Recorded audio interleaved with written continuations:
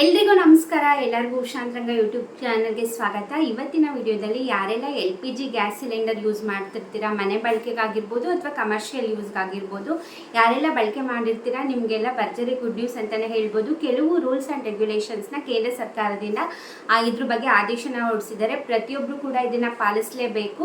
ಹಾಗಾಗಿ ವಿಡಿಯೋನ ಸ್ಕಿಪ್ ಮಾಡ್ದಲೇ ಸಂಪೂರ್ಣವಾಗಿ ನೋಡಿ ಏನದು ಹೊಸ ರೂಲ್ಸ್ ಆ್ಯಂಡ್ ರೆಗ್ಯುಲೇಷನ್ಸ್ ಅನ್ನೋದ್ರ ಬಗ್ಗೆ ವಿಡಿಯೋದಲ್ಲಿ ಡೀಟೇಲ್ ಆಗಿ ತಿಳಿಸ್ಕೊಡ್ತೀನಿ. ಯಾರೆಲ್ಲ ಹೊಸಬ್ರು ಚಾನಲ್ ನೋಡ್ತಾ ಇದ್ದೀರಾ, ನನ್ನ ಹೆಸರು ಉಷಾ ಅಂತ. ಉಷಾಂತರಂಗ ಯೂಟ್ಯೂಬ್ ಚಾನೆಲ್ನ ಸಬ್ಸ್ಕ್ರೈಬ್ ಮಾಡಿ, ಹಾಗೆ ಬೆಲ್ ಐಕನಲ್ಲಿ ಆಲ್ ಅಂತ ಸೆಲೆಕ್ಟ್ ಮಾಡ್ಕೊಳ್ಳಿ. ಹಾಗೆ ನೀವು ನನ್ನ ಇನ್ಸ್ಟಾಗ್ರಾಮ್ ಅಕೌಂಟಲ್ಲೂ ಕೂಡ ಫಾಲೋ ಮಾಡ್ಬೋದು, ಲಿಂಕ್ ಡಿಸ್ಕ್ರಿಪ್ಷನಲ್ಲಿ ಇರುತ್ತೆ. ಹಾಗೆ ಈ ವಿಡಿಯೋದಿಂದ ಸ್ವಲ್ಪನಾದರೂ ಮಾಹಿತಿ ಸಿಗ್ತಾ ಇದೆ ಅಂತಂದರೆ ದಯವಿಟ್ಟು ವಿಡಿಯೋಗೆ ಲೈಕ್ ಮಾಡೋದನ್ನ ಮರಿಬೇಡಿ. ಬನ್ನಿ ಇವತ್ತಿನ ವಿಡಿಯೋನ ಶುರು ಮಾಡೋಣ. ನಾನು ಆಗಲೇ ಹೇಳ್ದಂಗೆ ಇದು LPG ಗ್ಯಾಸ್ ಸಿಲಿಂಡರ್ ಬಳಕೆದಾರರಿಗೆ ಭರ್ಜರಿ ಗುಡ್ ನ್ಯೂಸ್. ಇದು ರಾಜ್ಯ ಸರ್ಕಾರದಲ್ಲ, ಕೇಂದ್ರ ಸರ್ಕಾರದಿಂದ ಬಂದಿರುವಂತಹ ಆದೇಶ. ಕಂಪಲ್ಸರಿಯಾಗಿ ಇದನ್ನು ಪ್ರತಿಯೊಬ್ಬರು ಕೂಡ ಪಾಲಿಸಲೇಬೇಕು. ನೀವು ಪಾಲಿಸಲಿಲ್ಲ ಅಂತಂದರೆ ನಿಮಗೆ ಗ್ಯಾಸ್ ಸಿಲಿಂಡರ್ದು ಸಬ್ಸಿಡಿ ಬರ್ತಿದ್ರೆ ಅಥವಾ ನೀವು ಆನ್ಲೈನಲ್ಲೂ ಆಫ್ಲೈನಲ್ಲೂ ಗ್ಯಾಸ್ ಬುಕ್ಕಿಂಗ್ನ ಮಾಡ್ಕೊತಿದ್ರೆ ಮುಂದೆಯಿಂದ ಆ ಥರ ಮಾಡೋಕ್ಕಾಗೋದಿಲ್ಲ. ಎಲ್ಲ ನಿಮ್ಮದು ಗ್ಯಾಸ್ ಕನೆಕ್ಷನ್ನೇ ಕ್ಯಾನ್ಸಲ್ ಆಗುತ್ತೆ. ಏನದು ಹೊಸ ರೂಲ್ಸ್ ಆ್ಯಂಡ್ ರೆಗ್ಯುಲೇಷನ್ಸ್ ಅಂದರೆ, ಮೊದಲನೇದಾಗಿ ನೀವು ನಿಮ್ಮ ಗ್ಯಾಸ್ ಸಿಲಿಂಡ್ರು ಆಫೀಸ್ಗೆ ಹೋಗಿ KYCನ ಕಂಪಲ್ಸರಿಯಾಗಿ ಮಾಡಿಸಲೇಬೇಕು. ಮಾಡಿಸಿದ್ರೆ ಸರಿ, ಅಕಸ್ಮಾತ್ ಮಾಡಿಸಿಲ್ಲ ಅಂದರೆ KYC ಮಾಡಿಸೋದು ಕಂಪಲ್ಸರಿ. ಹಾಗೆ ನಿಮ್ಮ ಆಧಾರ್ ಕಾರ್ಡ್ನ ಲಿಂಕ್ ಮಾಡಬೇಕು, ಹಾಗೆ ನಿಮ್ಮ ಮೊಬೈಲ್ ನಂಬರ್ನ ಕೂಡ ರಿಜಿಸ್ಟರ್ ಮಾಡಬೇಕು. ಇವು ಮೂರು ಕೂಡ ಕಂಪಲ್ಸರಿಯಾಗಿ ಪಾಲಿಸಲೇಬೇಕು ಅಂತ ಹೇಳಿದ್ದಾರೆ.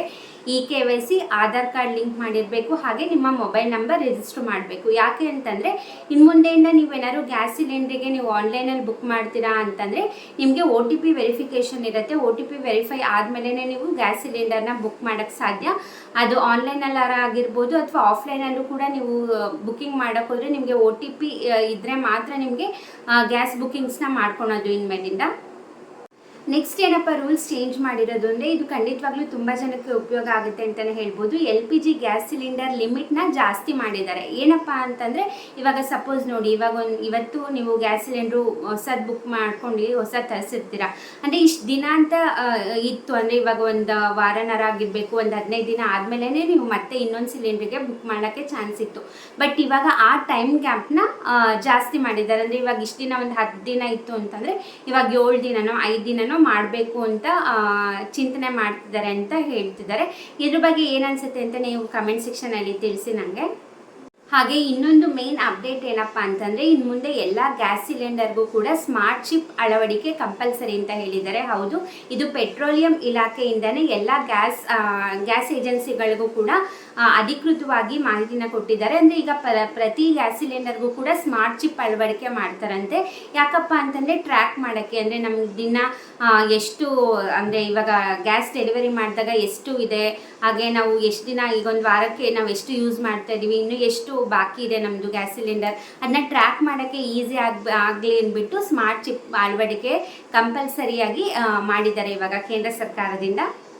ನಿಮಗೂ ಕೂಡ ಗೊತ್ತಿದೆ, ಕೇಂದ್ರ ಸರ್ಕಾರದಿಂದ ಬಡವ್ರಿಗಾಗಿರ್ಬೋದು ಅಥವಾ ಮಹಿಳೆಯರಿಗಾಗಿರ್ಬೋದು ಸಾಕಷ್ಟು ಯೋಜನೆಗಳನ್ನ ಜಾರಿಗೆ ತಂದಿದ್ದಾರೆ. ಅದರಲ್ಲಿ ಪ್ರಧಾನಮಂತ್ರಿ ಉಜ್ವಲ ಯೋಜನೆ ಕೂಡ ಒಂದು. ಇದೇನಪ್ಪ ಅಂತಂದರೆ, ಬಡತನ ರೇಖೆಗಿಂತ ಕಡಿಮೆ ಇರೋರಿಗೆ 2 ಉಚಿತವಾಗಿ ಗ್ಯಾಸ್ ಸಿಲಿಂಡರ್ನ ಕೊಡ್ತಿದ್ದಾರೆ. ಇದನ್ನು ನೀವು ಈ ಪ್ರಧಾನಮಂತ್ರಿ ಉಜ್ವಲ ಯೋಜನೆ, ಈ ಯೋಜನೆಗೆ ನೀವು ಅಪ್ಲೈ ಮಾಡಬೇಕು. ಮಾಡಿದ್ರೆ ಮಾತ್ರ ನಿಮಗೆ ಉಚಿತವಾಗಿ 2 ಗ್ಯಾಸ್ ಸಿಲಿಂಡರ್ನ ಕೊಡ್ತಾರೆ. ಇದಕ್ಕೆ ಕೂಡ ಕೆಲವೊಂದು ಕಂಡೀಷನ್ಸ್ ಇದೆ. ಈ ಯೋಜನೆಗೆ ಅಪ್ಲೈ ಮಾಡೋರು ನಿಮಗೆ 18 ವರ್ಷ ಮೇಲ್ಪಟ್ಟಿರಬೇಕು. ಹಾಗೆ ಈ ಯೋಜನೆಗೆ ಯಾರು ಅಪ್ಲೈ ಮಾಡ್ತೀರಾ, ನಿಮ್ಮ ಮನೆಯಲ್ಲಿ ಒಂದಕ್ಕಿಂತ ಹೆಚ್ಚು ಗ್ಯಾಸ್ ಸಿಲಿಂಡರ್ ಇರಬಾರ್ದು. ಅಂದರೆ ಕೇವಲ 1 ಸಿಲಿಂಡರ್ ಇರೋರಿಗೆ ಮಾತ್ರ ಈ ಉಜ್ವಲ ಯೋಜನೆ ಅಪ್ಲಿಕೇಬಲ್ ಆಗೋದು. ಹಾಗೆ ಈ ಯೋಜನೆಗೆ ಅಪ್ಲೈ ಮಾಡೋರು BPL ಕಾರ್ಡ್ ಹೋಲ್ಡರ್ ಆಗಿರಬೇಕು, ಇಲ್ಲ ಪರಿಶಿಷ್ಟ ಜಾತಿ ಪರಿಶಿಷ್ಟ ಪಂಗಡದವರು ಇದ್ದರೆ ಮಾತ್ರ ನೀವು ಈ ಪ್ರಧಾನಮಂತ್ರಿ ಉಜ್ವಲ ಯೋಜನೆಗೆ ಅಪ್ಲೈ ಮಾಡ್ಬೋದು. ಇದನ್ನು ನೀವು ಎಲ್ಲ CSC ಸೆಂಟರ್ಸ್ಗಳಲ್ಲೇ ಹೋಗಿ ಮಾಡ್ಬೋದು. ಪ್ರಧಾನಮಂತ್ರಿ ಉಜ್ವಲ ಯೋಜನೆ ಅಂತಂದರೆ ನಿಮಗೆ ಯಾರು ಬೇಕಾದ್ರೂ ಆನ್ಲೈನಲ್ಲಿ ಅಪ್ಲೈ ಮಾಡಿ ಕೊಡ್ತಾರೆ. ನಾನು ಆಗಲೇ ಹೇಳ್ದಂಗೆ ನೀವು ಆನ್ಲೈನಲ್ಲಿ CSC ಸೆಂಟರ್ಸ್ಗಳಲ್ಲಾದರೂ ಹೋಗಿ ಅಪ್ಲೈ ಮಾಡ್ಬೋದು, ಇಲ್ಲ ಡೈರೆಕ್ಟು ನೀವು ಗ್ಯಾಸ್ ಏಜೆನ್ಸಿ ಆಫೀಸ್ಗೆ ಹೋಗಿ ಅಪ್ಲೈ ಮಾಡ್ಬೋದು. ಹಾಗೆ ಏನೆಲ್ಲ ಡಾಕ್ಯುಮೆಂಟ್ ಬೇಕು ಅಂತಂದರೆ, ಮೊದಲನೇದಾಗಿ ನಿಮ್ಮ ಆಧಾರ್ ಕಾರ್ಡ್ ಬೇಕು, ಹಾಗೆ ಅಡ್ರೆಸ್ ವೆರಿಫಿಕೇಷನ್ಗೆ ಒಂದು ಡಾಕ್ಯುಮೆಂಟ್ ಬೇಕು, ಹಾಗೆ ನಿಮ್ಮ ಬ್ಯಾಂಕ್ ಅಕೌಂಟ್ ಡೀಟೇಲ್ಸ್ನ ಕೊಡಬೇಕು. ಯಾಕಂದರೆ ನಿಮಗೆ ಸಬ್ಸಿಡಿ ಅಮೌಂಟ್ ಕೂಡ ಬರುತ್ತೆ. ಹಾಗಾಗಿ ನಿಮ್ಮ ಬ್ಯಾಂಕ್ ಪಾಸ್ಬುಕ್ ಮೊದಲನೇ ಪೇಜ್ ಜೆರಾಕ್ಸ್ ಏನಿರುತ್ತೆ ಅದನ್ನ ಕೂಡ ಹೋಗಿ ಸಬ್ಮಿಟ್ ಮಾಡಬೇಕಾಗತ್ತೆ. ನೋಡಿದ್ರಲ್ಲ ಕೇಂದ್ರ ಸರ್ಕಾರದಿಂದ ಏನೆಲ್ಲ ಫೆಸಿಲಿಟೀಸ್ನ ಕೊಡ್ತಾ ಇದ್ದಾರೆ, ಹಾಗೆ ಏನೆಲ್ಲ ರೂಲ್ಸ್ ಆ್ಯಂಡ್ ರೆಗ್ಯುಲೇಷನ್ ಹೊಸದಾಗಿ ಸ್ಟಾರ್ಟ್ ಆಗಿದೆ ಅಂದ್ಬಿಟ್ಟು.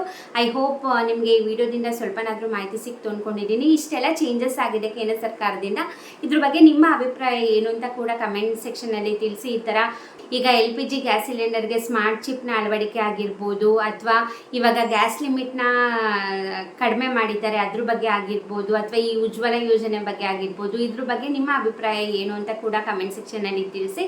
ಹಾಗೆ ಇದೇ ಥರ ಗೌರ್ಮೆಂಟ್ ಅಪ್ಡೇಟ್ಗೋಸ್ಕರ ಅದು ಕೇಂದ್ರ ಸರ್ಕಾರದಾಗಿರ್ಬೋದು, ರಾಜ್ಯ ಸರ್ಕಾರದಿಂದ ಏನೇ ಅಪ್ಡೇಟ್ ಬರಲಿ ಅಥವಾ ಯಾವುದೇ ಹೊಸ ಯೋಜನೆಗಳ ಬಗ್ಗೆ ಮಾಹಿತಿ ಬರಲಿ, ಖಂಡಿತ ನಾನು ಅದ್ರ ಬಗ್ಗೆ ನಿಮಗೆ ವಿಡಿಯೋ ಮಾಡಿ ತಿಳಿಸ್ತಿರ್ತೀನಿ. ಹಾಗಾಗಿ ಸಬ್ಸ್ಕ್ರೈಬ್ ಮಾಡಿಕೊಂಡು ಬೆಲ್ ಐಕನಲ್ಲಿ ಆಲ್ ಅಂತ ಸೆಲೆಕ್ಟ್ ಮಾಡ್ಕೊಂಡನ್ನ ಮರಿಬೇಡಿ. ಹಾಗೆ ಈ ವಿಡಿಯೋ ಇಷ್ಟ ಆದರೆ ಪ್ಲೀಸ್ ವಿಡಿಯೋಗೆ ಲೈಕ್ ಮಾಡಿ. ನೀವು ಲೈಕ್ ಮಾಡೋದ್ರಿಂದ ನಂಗೆ ಇನ್ನೂ ಕೂಡ ಮೋಟಿವೇಶನ್ ಸಿಗುತ್ತೆ. ಇದೇ ರೀತಿ ಹೆಚ್ಚು ಹೆಚ್ಚು ವೀಡಿಯೋಸ್ ಮಾಡ್ತಾನೆ ಇರ್ತೀನಿ. ಹಾಗೆ ನೀವು ನನ್ನ ಇನ್ಸ್ಟಾಗ್ರಾಮ್ ಅಕೌಂಟಲ್ಲೂ ಕೂಡ ಫಾಲೋ ಮಾಡ್ಬೋದು, ಲಿಂಕ್ ಡಿಸ್ಕ್ರಿಪ್ಷನಲ್ಲಿರುತ್ತೆ. ಇಷ್ಟೊತ್ತು ವಿಡಿಯೋ ನೋಡಿದ್ದಕ್ಕೆ ಥ್ಯಾಂಕ್ ಯು.